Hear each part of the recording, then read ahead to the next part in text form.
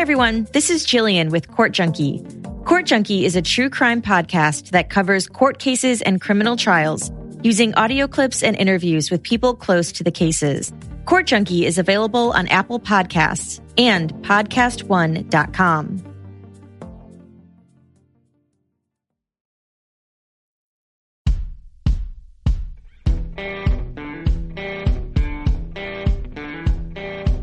I'm Brett. And I'm Alice. And we are the Prosecutors.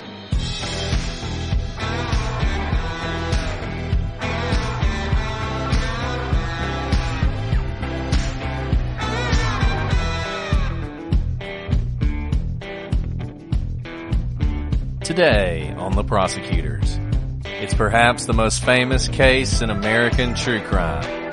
Who murdered JonBenét Ramsey?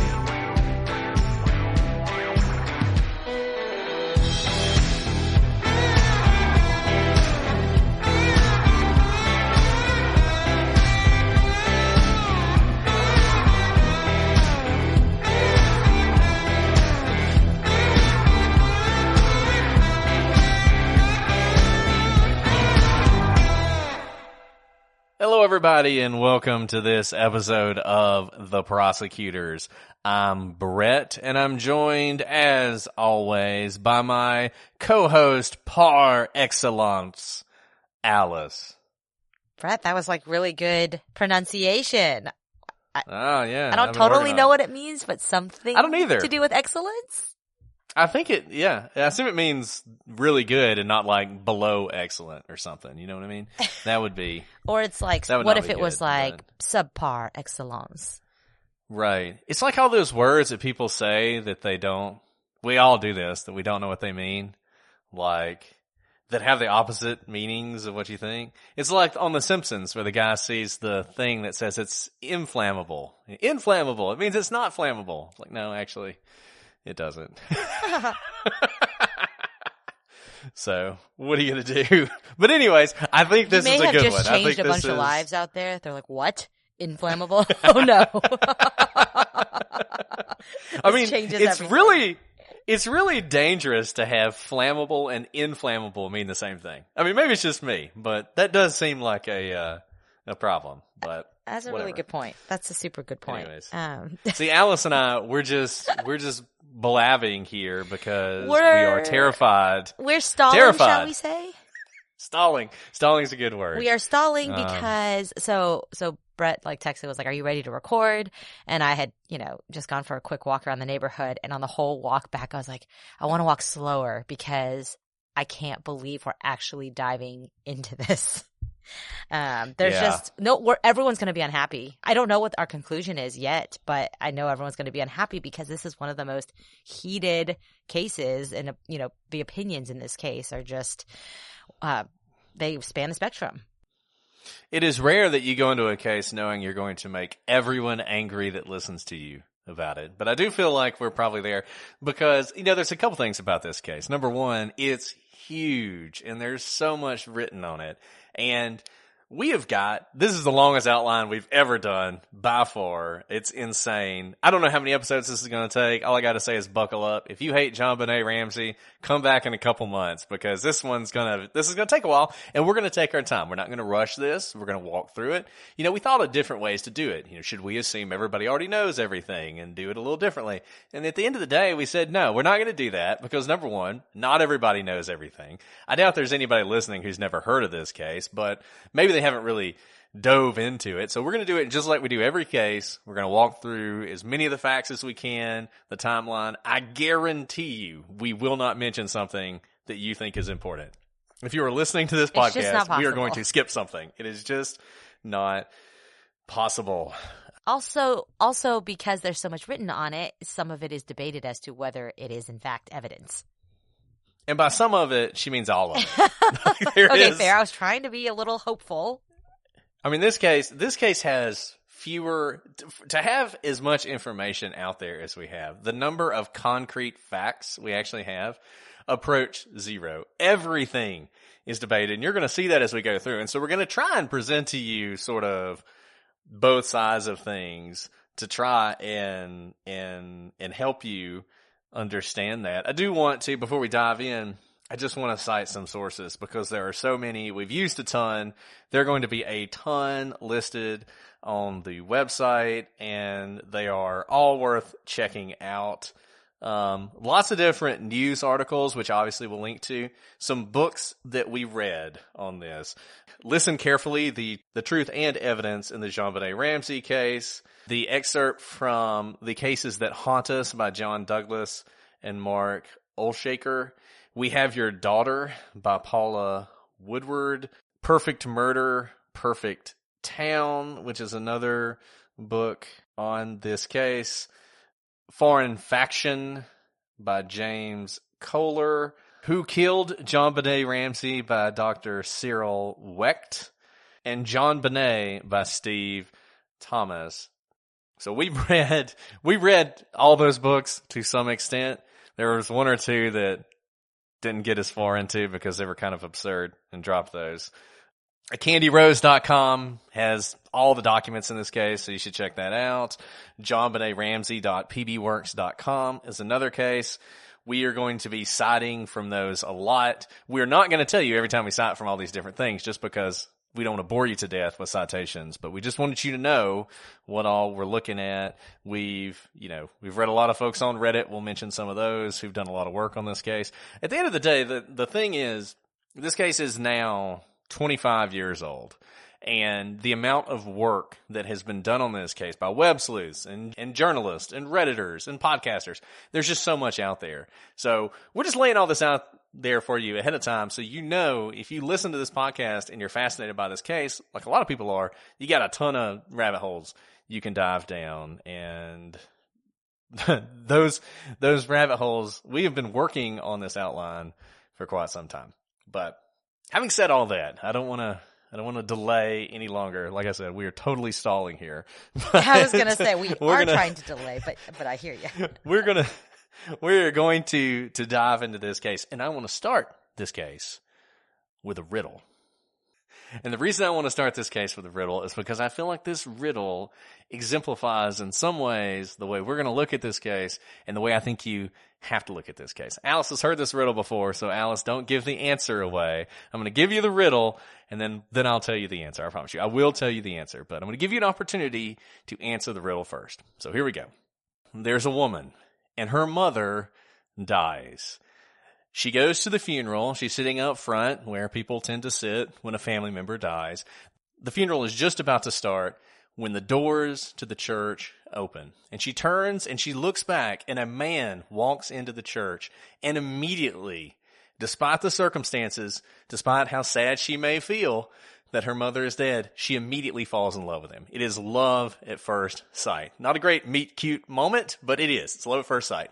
Since the funeral's about to begin, the man sits in the back of the church.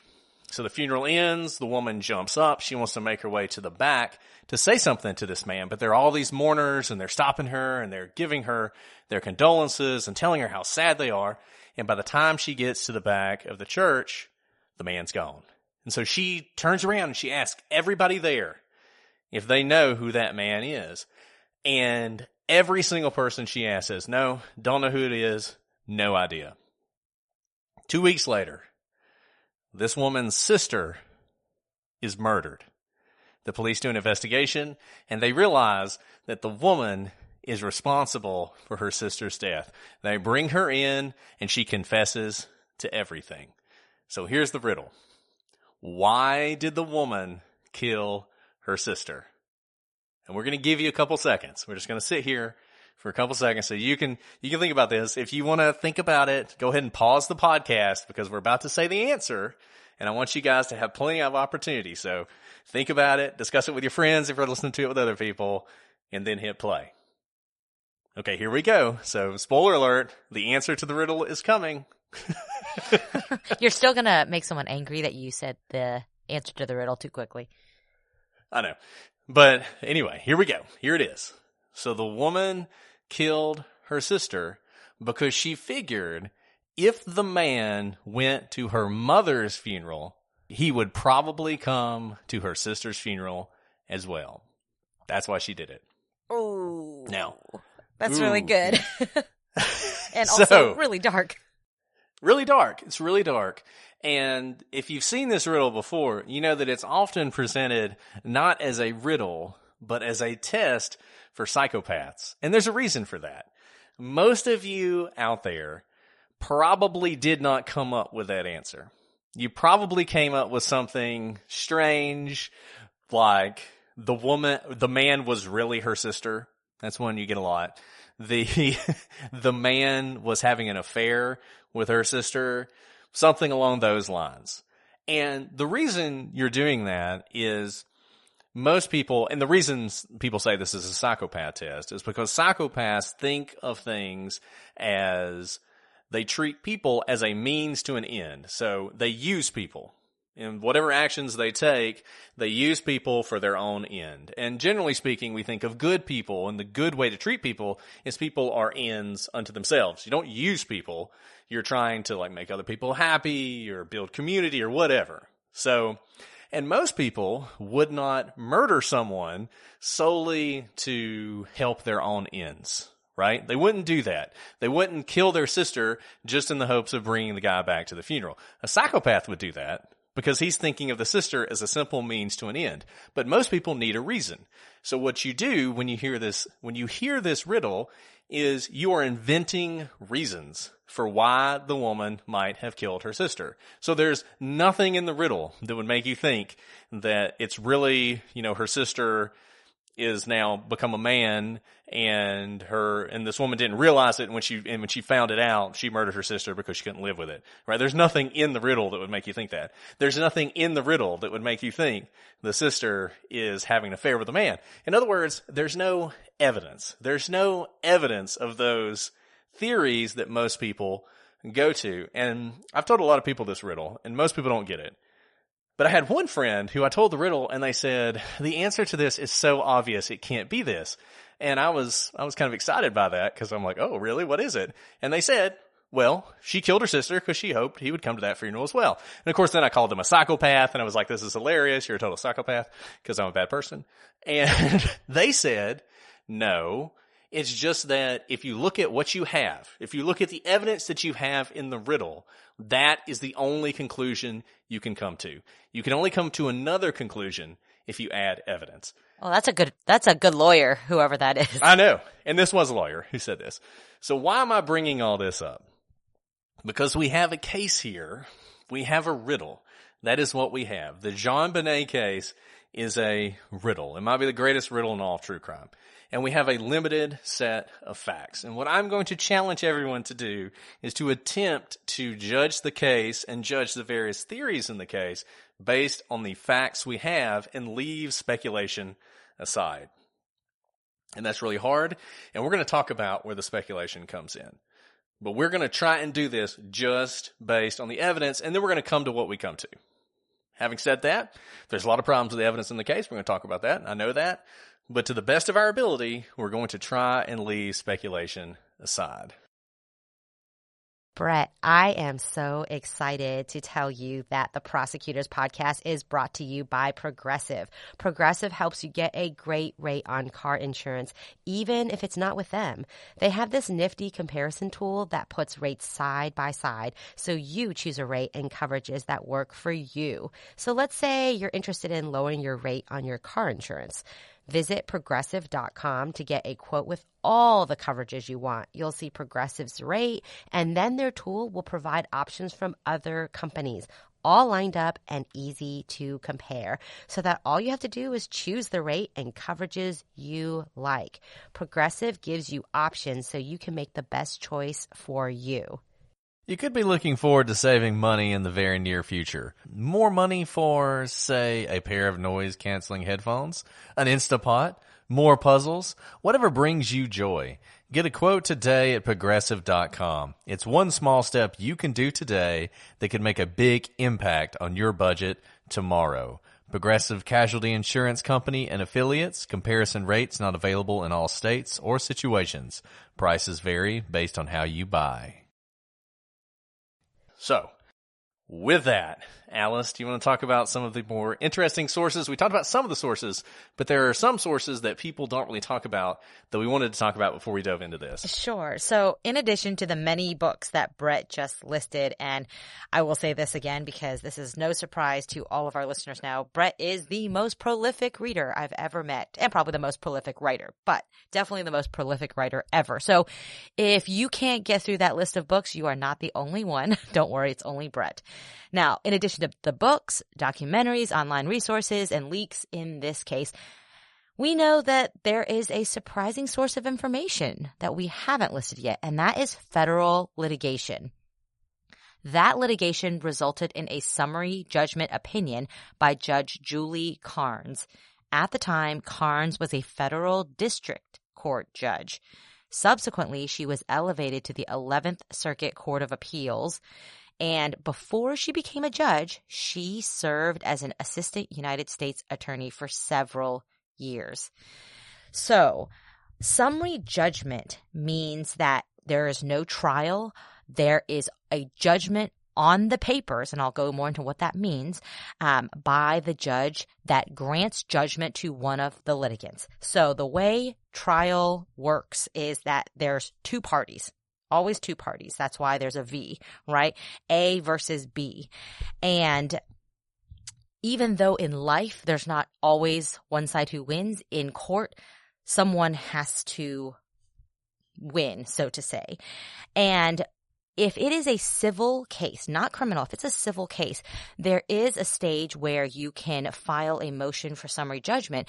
And what summary judgment is to say that there are no material facts in dispute. Material is the key word. There can always be facts in dispute, but if they're not material, they don't affect the outcome, then all the questions left are legal questions. And legal questions are not presented to the jury. Only factual disputes are presented to the jury because our Constitution provides for the fact that any layperson, not lawyers necessarily, not judges, but any layperson can use their own reasoned, experienced judgment to decide whether traffic light was green or red, for example. That's an issue of fact. But when you are down to no material factual disputes, all you have are legal disputes.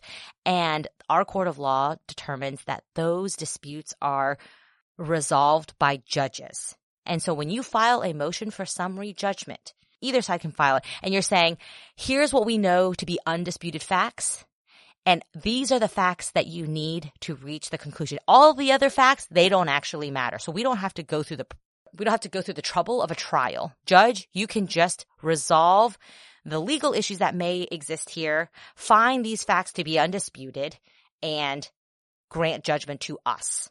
And that's what happened here. And now you may be thinking, who would possibly say, yes, we do not dispute these facts? Because if you're in litigation, clearly you'll fight about everything. But there are facts that cannot be disputed. And where do you get these facts? You get them from depositions in a civil case. A deposition is a sworn testimony wherein an attorney asks the witness questions. The other side can object, and it's kind of like court, but it happens outside of the presence of the court. And because it's sworn testimony, that is someone's sworn testimony. And this may all seem very strange to those of you who don't work in the law, but there's that old saying that nature abhors a vacuum. Well, the legal system abhors a trial. So trials are expensive and time consuming for everyone. And so the legal system is always trying to get rid of trials. And there are lots of lawyers who go their entire careers and never try any cases because they're doing this kind of legal work. You have in civil cases. Now, we talked about, in criminal cases, very different. You have all these constitutional rights and the way you have a right to a trial and you have a right to a jury and all this other stuff, right? And in the civil case, you have a right, sort of, to a trial, but there's all of these tools you can use to reach a resolution without a trial. So Alice has talked about depositions. There's also interrogatories, which is where one lawyer just writes a whole bunch of questions and sends it to the other side, and the other side has to answer those questions. There's also something called request for admission, where you say, admit that X is true, trying to get to these undisputed facts. And if you don't answer the request for admission, those can be deemed admitted. Anyway, the whole point of this is when you have a civil case, if you can get to a point where there are no disputed facts, then the judge can decide it based on the law, because juries decide facts. Now, you can have judges decide facts too, if everybody agrees to that. But if you're going to have a jury trial, juries decide facts. Judges decide law. Judges can apply the law to the facts the jury determines, but the jury are the fact finders.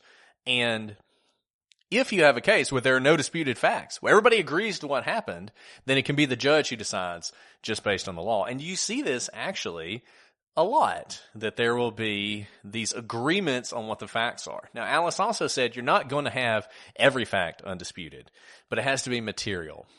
The reason we go into all this is because you had this case that included facts that everybody agrees on.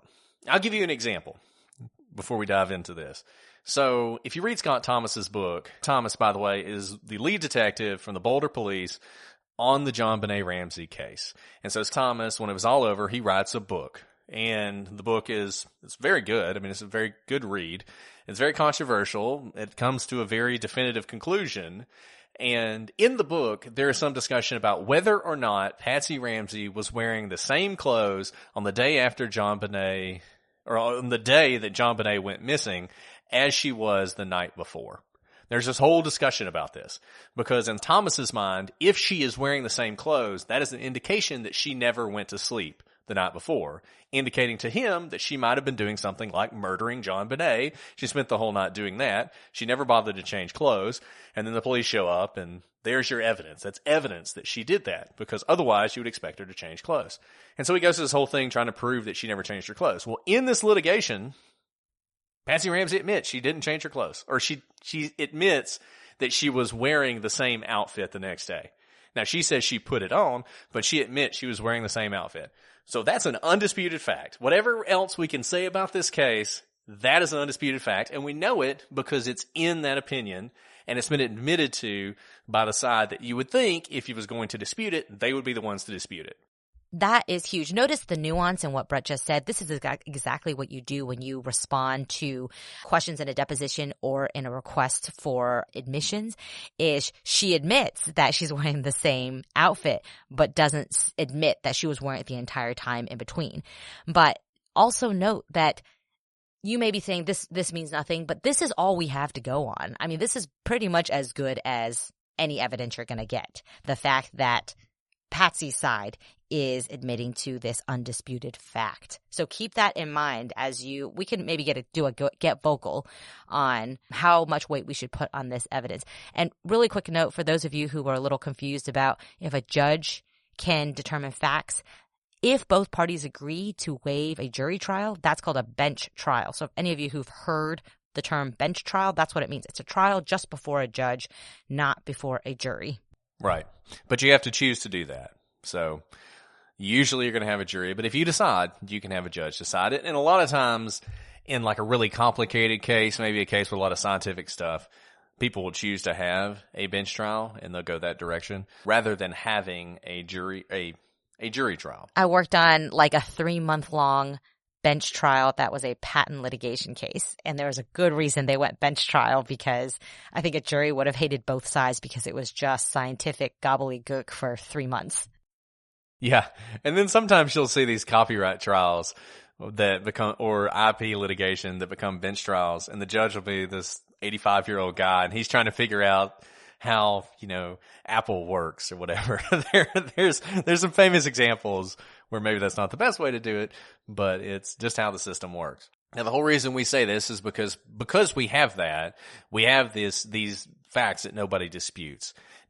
This opinion in this case, it's usually called the Carnes opinion because that's the name of the judge who wrote it. It's very controversial because it comes to the conclusion that the Ramseys didn't have anything to do with JonBenét's death. And so people who feel the other way attempt to undermine it. And if you Google it, you're going to find all sorts of, all the reasons that you can't trust it. And some of those are perfectly legitimate because, as Judge Carnes admitted's a strong word, but acknowledged when she was nominated to be a circuit court judge, she was actually asked about this case because this is a important case. And so she's, during her confirmation process, is asked about the JonBenét Ramsey opinion she wrote. And she said, look, It's summary judgment. I'm dealing with the facts as they're given to me. I don't have access to the police file. And, based on what I had, I reached a conclusion I did. And that's 100% true. So there are reasons to maybe not give it. It's not gospel. Just because you read it in the coroner's opinion doesn't mean it's gospel. Like everything else we talk about in this show, we have to compare what we see there against the evidence we're seeing on the ground. And that's what we're going to attempt to do as we go through this. I realize this is like the longest introduction to a case we've ever done, but it's important. It's important that we lay the groundwork for how we're going to look at this. So the whole point of this discussion is that the facts in a summary judgment opinion are undisputed or are viewed in the light most favorable to the plaintiff. In this case, the plaintiff was someone that the Ramseys alleged could have been involved in their daughter's death. And you had all the major players in this case were involved in this litigation at some level or another. Thomas, the Boulder police detective, who's the source of most of the anti-Ramsey information in the case. We talked about the book he wrote. He's in this. He's convinced Patsy's responsible. He's a part of this case. Fleet White, who is the erstwhile friend of the Ramseys, who was with John when he found JonBenét, and who the Ramseys would later suggest was a possible suspect, and who would later suggest that he thought the Ramseys did it. And of course, the Ramseys themselves, they're involved in this litigation. No recitation of the facts in a disputed case will ever be completely correct or completely accepted, but this is a valuable resource. We're going to put it on the website. You can read it for yourself. If you're interested in this case, I highly recommend you at least take a look at this opinion. Now, as we've said before, the biggest problem in this case is that despite the leaks and the books and the special access by some to the police files, for the most part, we don't actually have most of the investigative documents in this case. It's still an ongoing investigation. I mean, this feels like a pretty cold case, but it's still a murder investigation, so they're not just going to turn over everything to anybody who wants to see it. There are a number of books that claim to offer an inside perspective on the case. You have, on the one hand, we have Your Daughter by Paula Woodward. We talked about that. That book is written from the Ramseys' perspective. She was a friend of the Ramseys, but she also had special access to some of these files. Then you have Steve Thomas on the other side, who believes that the Ramseys were responsible for their daughter's death. Obviously, he had all sorts of access because he was the lead detective on the case. You've got John Douglas, who we've talked about before. He's one of the fathers of behavioral profiling, one of the most important FBI agents ever. He wrote a chapter on JBR, and we talked about, or I mentioned that earlier. It's a great book, whether you care to read this chapter or not. He, at one point, was actually brought in by the family, so some people think he's biased. So once again, you got to take everything with a grain of salt. We're going to list all those online resources. I want to give a shout out to MMay333, who is a Redditor who's compiled a ton of information on the case. I found her Reddit entries to be particularly interesting. And, the best way to use Reddit when you're looking at these cases is you read what somebody wrote, and then you go and see if you can back that up with the actual evidence from the case. And so it can give you really good jumping off points. So that's a good way to use Reddit. So the long and short of all of this is there are questions in this case that not only don't have answers, they have multiple answers. And those answers are all contradictory. And we're going to get some things wrong, and our advice to you is to do your own research. We're going to give you as many resources as you want. So, like so many cases, trust no one completely, not even us. Trust only yourself. If you really care about this case, dive into this case. But with all that said, the longest introduction to any case we've ever done, let's talk about JonBenét Ramsey. And on next week's episode, I'm just kidding. All right, let's talk about the story. If you are listening to this podcast, you know who JonBenét Patricia Ramsey is. The daughter of John and Patsy Ramsey and sister to 9-year-old Burke.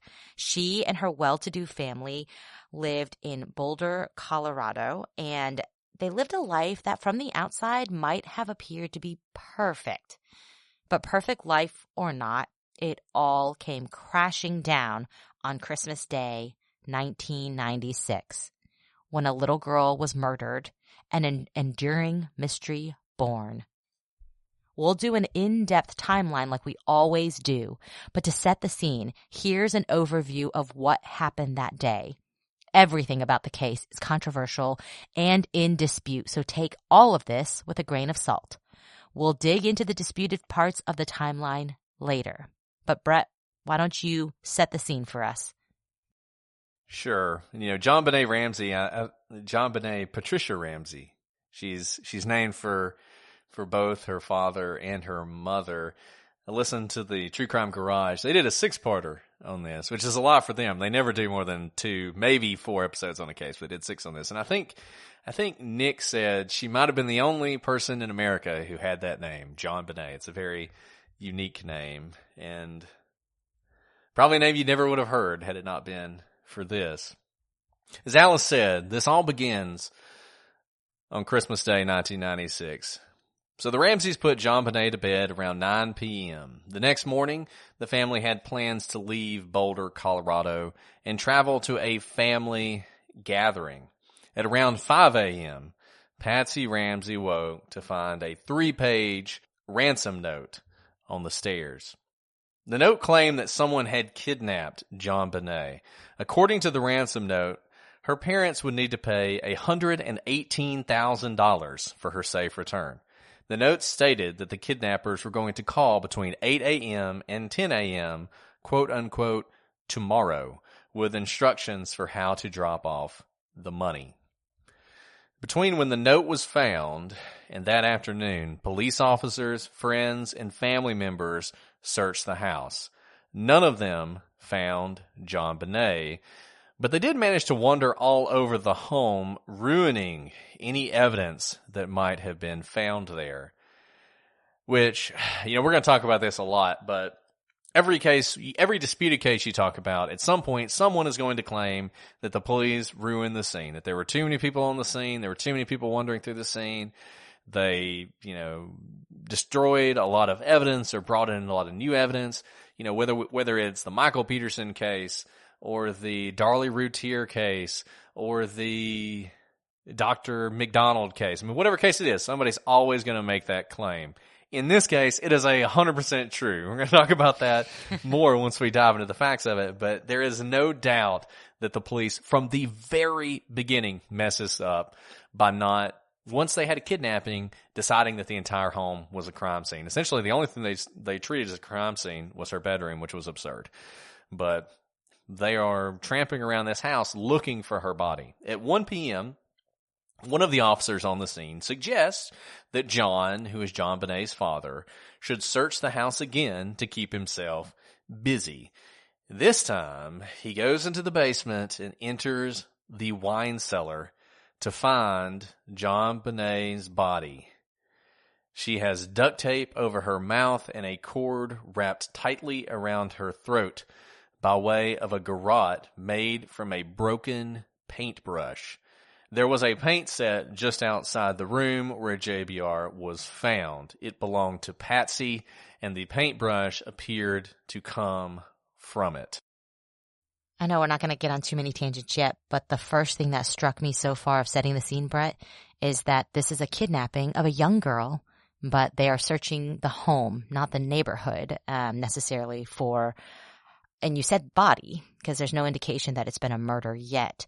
Do you know if that's common for such a young girl that so much attention be searching the home where she should have been taken from? Well, and as we're going to talk about this, there's a couple problems already creeping in here. Boulder is, there's crime in Boulder. Boulder has a university campus. The University of Colorado is in Boulder, but it is not the kind of place that sees a lot of serious crimes. Not that many murders, not that many kidnappings. And kidnapping's incredibly rare as it is, but certainly not a kidnapping like this. Now, if you have a missing person, if you have a missing child, one of the first things the police are going to do is they are going to search the house, and they're going to search the environs, because the assumption is a child goes missing, there's at least a decent chance that the child left on their own, that maybe they wandered off or they ran away or they're hiding, and so that's something to do. The weird thing about this case is you have a ransom note. It is very clear here that there is a crime. A crime has been committed. And that's the thing that blows my mind about this case. A crime has been committed. There's no question. It's at least a kidnapping. It may end up being a murder because most kidnapping, not most, but a lot of kidnappings end in murder, especially by strangers. And to have the police doing this haphazard search, not even by the police, but by other people, is the first big, huge problem in this case. So no, in a situation like this is very unusual. Sorry, I thought I would just give people a teaser of what's to come. Now, JonBenét Ramsey's cause of death is controversial. The autopsy concluded that her cause of death was asphyxia by strangulation associated with craniocerebral trauma. Either cause would have killed her. The fracture is massive. From the autopsy report, it says, quote, "At the superior extension of this area of hemorrhage is a linear to comminuted skull fracture, which extends from the right occipital to posterioparietal area forward to the right frontal area across the parietal portion of the skull. In the area of this fracture is a roughly rectangular shaped displaced fragment of skull measuring 1 3/4 by 1/2 inch. The hemorrhage and the fracture extend posteriorly just past the midline of the occipital area of the skull. This fracture measures approximately 8.5 inches in length." Basically, to sum that up, in case you didn't understand all the words in there as I didn't, the trauma was the equivalent of falling from a 3-story building and landing on your head. Massive. And, we will post photographs or links to photographs from this autopsy report to the website. They're generally available online, so it's not like it's anything you can't find. Obviously, they're tough to look at. I mean, they're difficult to look at. I would say use your judgment. Because, use your judgment. I mean, these are pictures. The pictures of the ligature are particularly difficult to look at because it's JonBenét with a cord wrapped around her neck. The picture of her skull, I'll leave it to you whether or not. I mean, that depends on you personally and what you can handle. It's from the autopsy, so it's actually the skull has been removed because that's what they do, and it's a picture of it. And you look at this picture and you can see just how horrible this fracture was. I mean, I don't know what you thought JonBenét's injury was when you thought about this case or read about this case, but when you look at this photograph, you know that this injury definitely would have killed her. There's no question it would have killed her. 100% it would have killed her. And there is this massive hole in her skull where whatever struck her just punched out this massive area. And then there is a crack in her skull that runs essentially the length of it. And those of you who know, your skull is really strong. It is hard to crack your skull like this. You can do a lot of damage to your head. You can get hit pretty hard and not have damage like this. So this was whatever happened and whoever did this was a vicious attack. So that is the general story of this case. That is summed up as best we can, the general story of the murder. There's a lot more to tell, and we're going to tell that through the timeline. But if you've never heard of this case, if somehow you're living under a rock, or if you've heard of it but you've never looked into it, that is essentially what happened. Obviously, depending on who's involved, some of that story may not be true, but that is the public story as told by the Ramseys at the beginning of this case. Now we're going to look at the timeline. Alice, before we continue, I want to talk about one of our favorite sponsors, PDS Debt. How many of you wish there was a better solution to paying off your debt? Our sponsor, PDS Debt, has customized 0% interest options for anyone struggling with credit cards, personal loans, medical bills, collections, or any other type of debt. Because of the tough year from COVID-19, certain types of debt can now be reduced and in some cases completely eliminated from your credit. There are more options now than ever before to take control of your debt, and the experts at PDS Debt can help.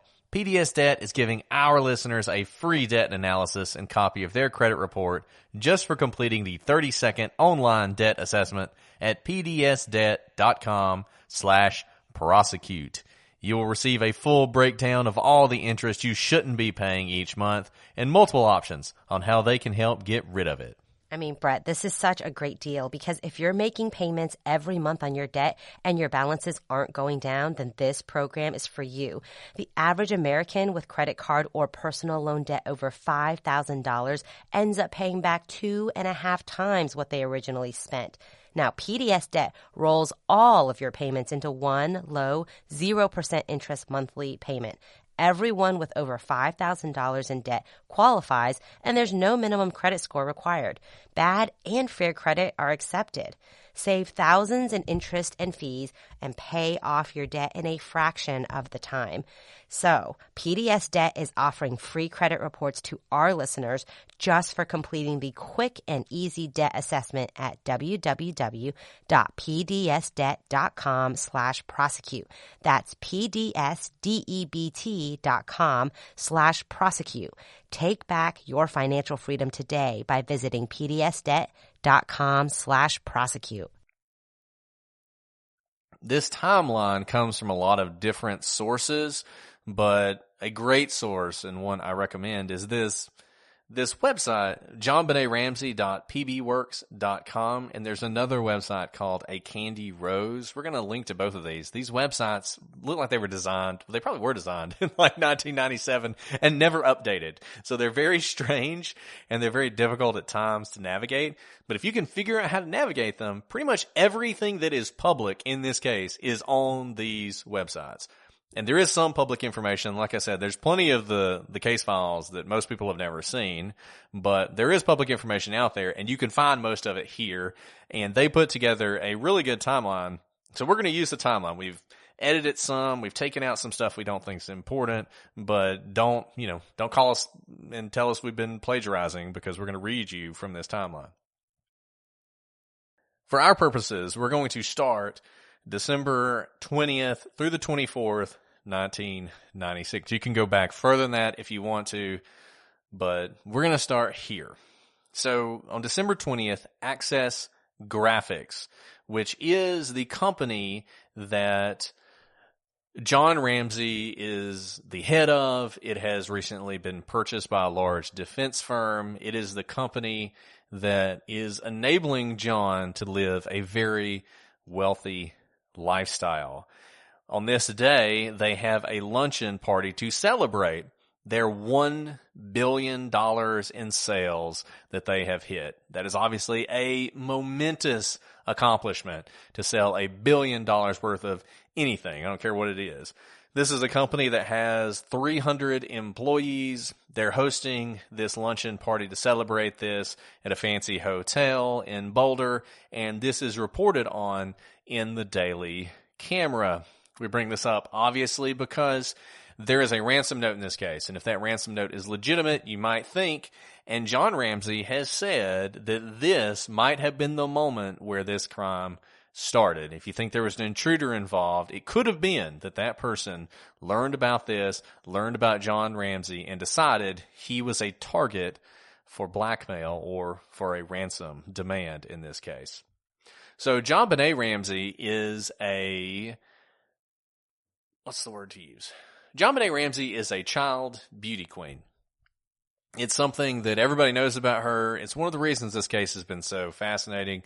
If you've ever looked at this case, you're going to see pictures of JonBenét all dressed up for her pageants. We do not plan to use any of those pictures because I think it obscures the fact that JonBenét is a child. I mean, she is a child, and when you look at the pictures of her not dressed up for her pageants, it is just so obvious. She is a child. She's a 6-year-old girl.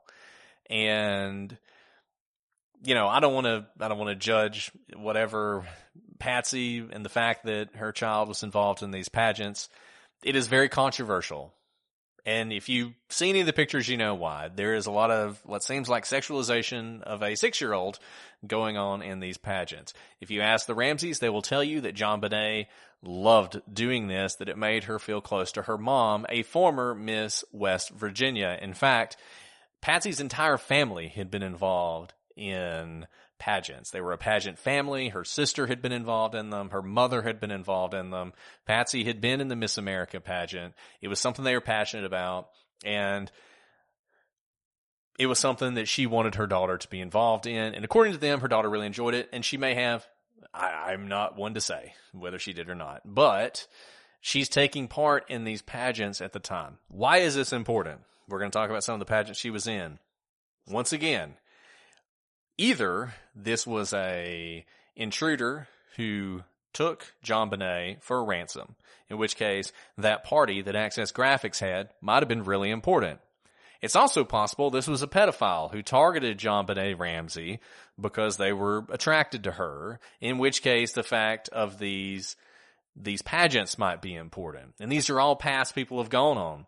Every person who was involved in the pageants that JonBenét was a part of has been looked into as part of this case at some point or another. So that's why this is important.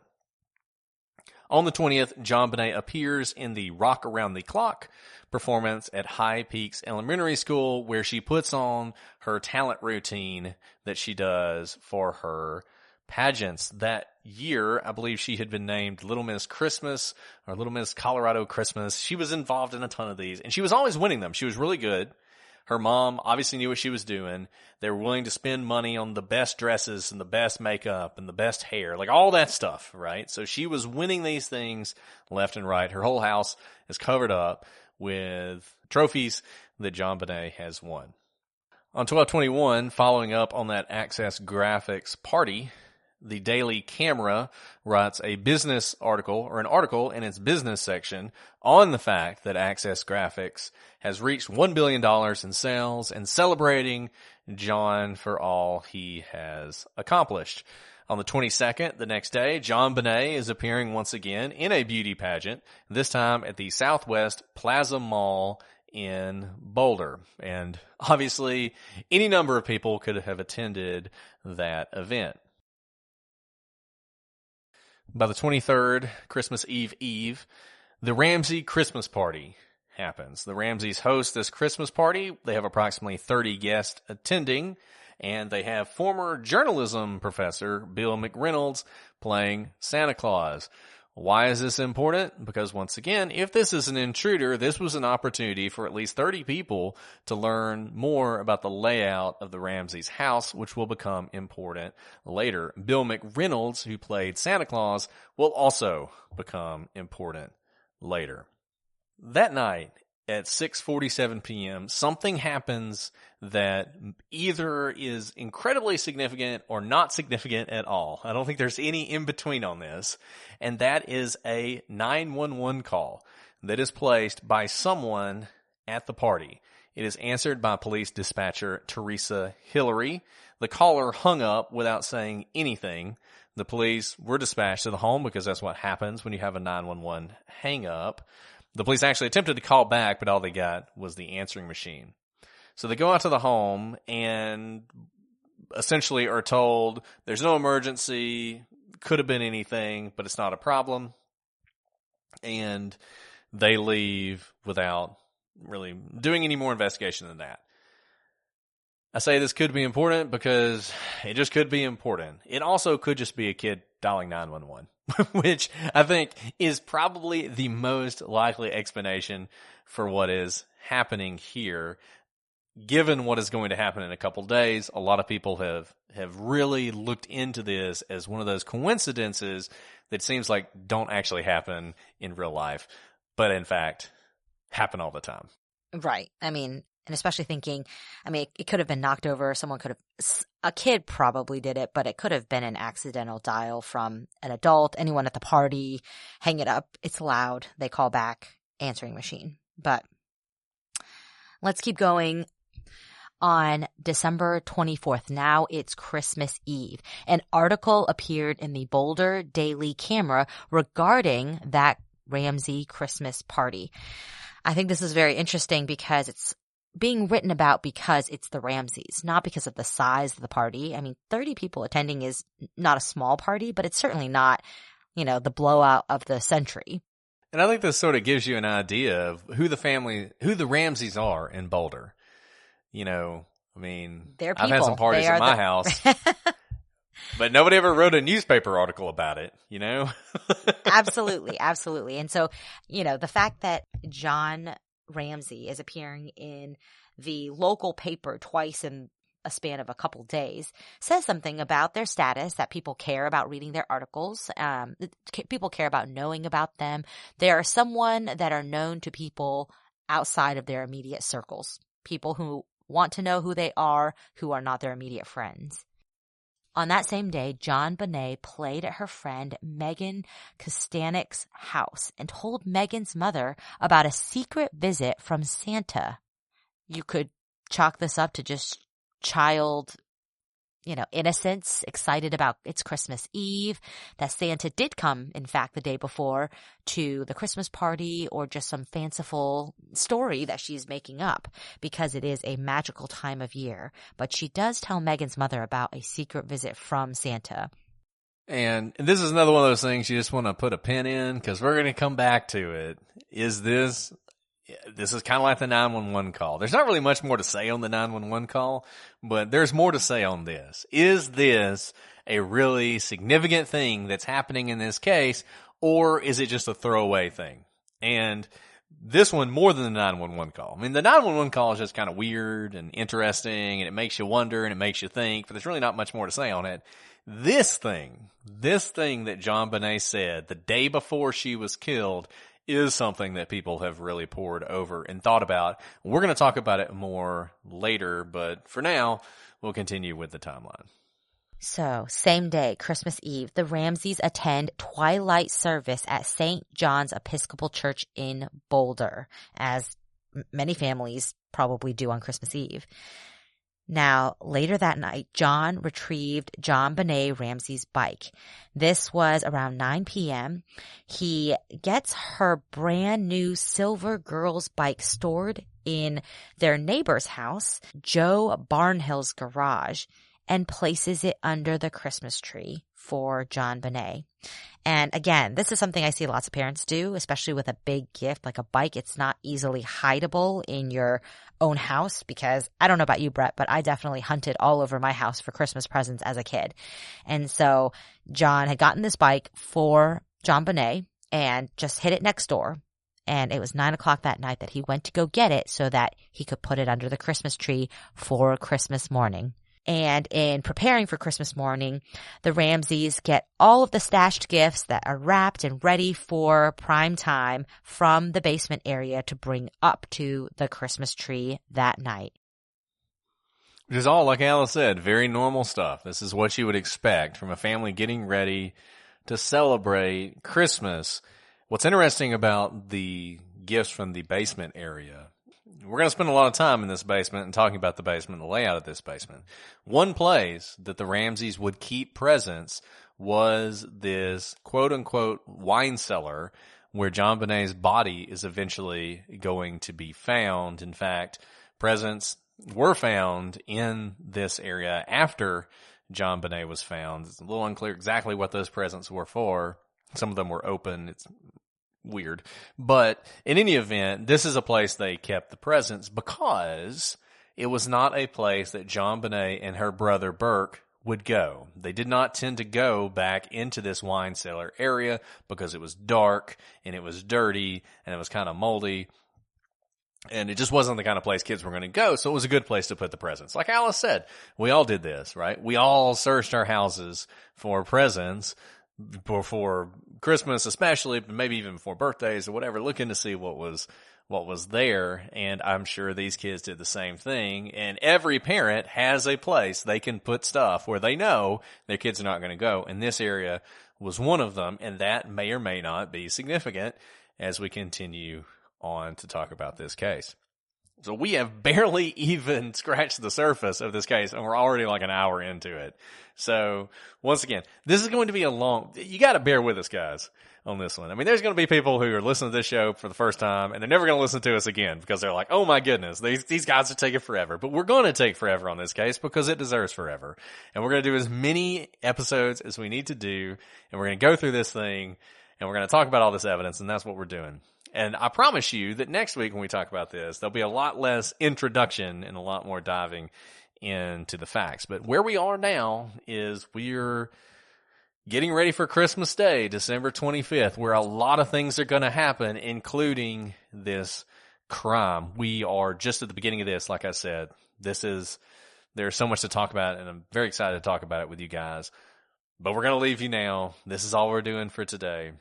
We're going to be back next week to talk about it some more. But, you know, even as you just begin to look at this case, you can already feel why it's so interesting. There's already these little things that are popping up, and there's going to be so many of those little things as we go on. And we're going to talk about the ransom note in this case. We're going to spend a lot of time on it and going through it, what we think about it, what we think it says. We're going to talk a lot about this timeline, a lot about the eyewitness accounts, and really the things that were written in those first few days. There's so much that's disputed, and there's so much that's common knowledge in this case that really isn't that accurate. And we really want to dig down to try and figure out what people were seeing and saying when JonBenet's body was found. And hopefully that can help us reach some sort of truth in this case.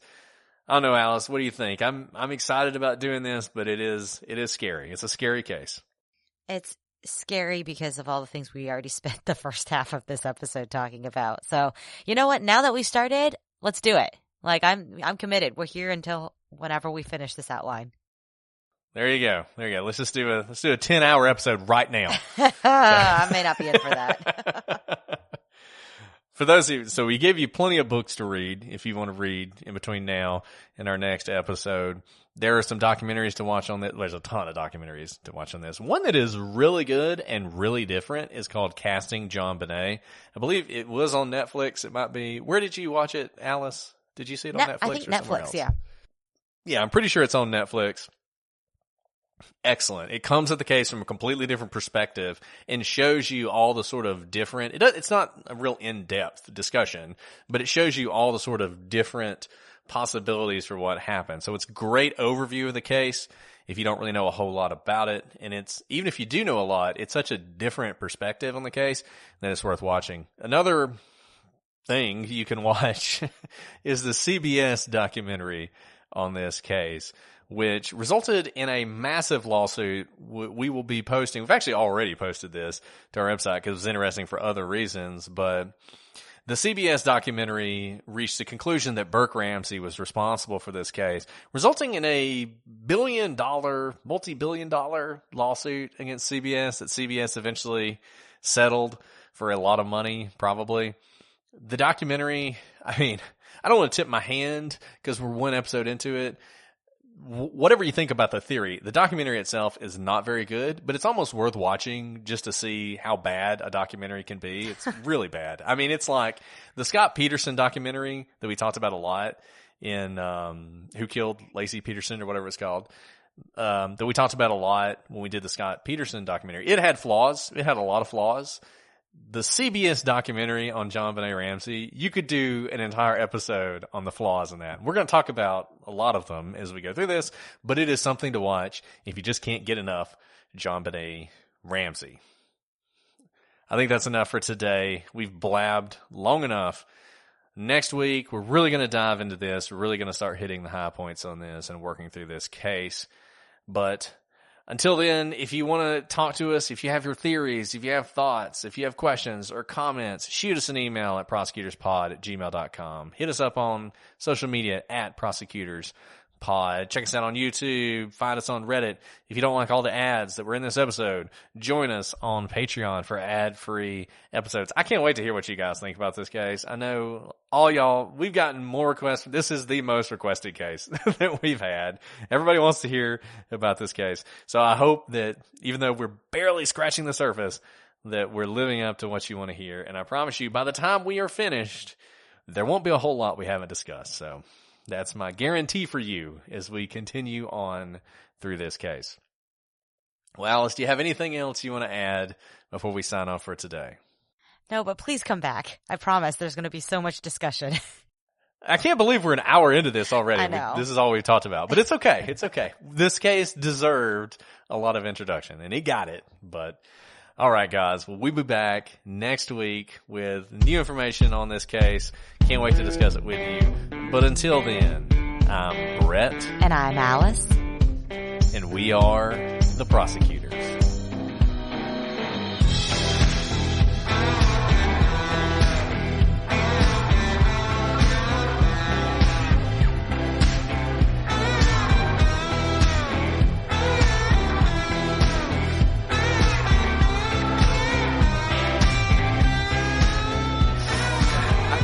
Go ahead. Yeah, go ahead. Go jump in.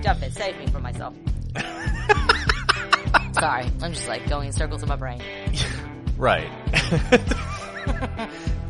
Yeah, like fun. I just hosted a 2-year-old birthday party yesterday. I'm very tired. That's 100%. No, I'm with you 100%. At the superior extension of this area of hemorrhage is a linear to comminuted. Yeah, that one I don't know. So I'll start that over. Which extends from the right occipital to right? I'm glad you had to read this. Okay, I'm gonna keep going.